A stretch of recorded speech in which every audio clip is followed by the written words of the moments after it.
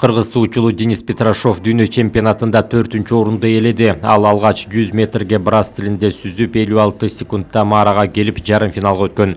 Жарым финалда ушул эле аралыкты 56 секундта сүзүп өтүп финалга чыккан. Финалда Денис Петрашов мындан дагы мыкты жыйынтык көрсөтүп 100 метрди 55 секундта сүзүп өттү. Тилекке каршы бул көрсөткүч медаль алууга жетпей, спортчу 4-чү орунду камсыздады. Муну менен Денис Петрашов Кыргызстандын тарыхында сууда сүзүү боюнча дүйнө чемпионатында финалга чыккан алгачкы спортчу болду.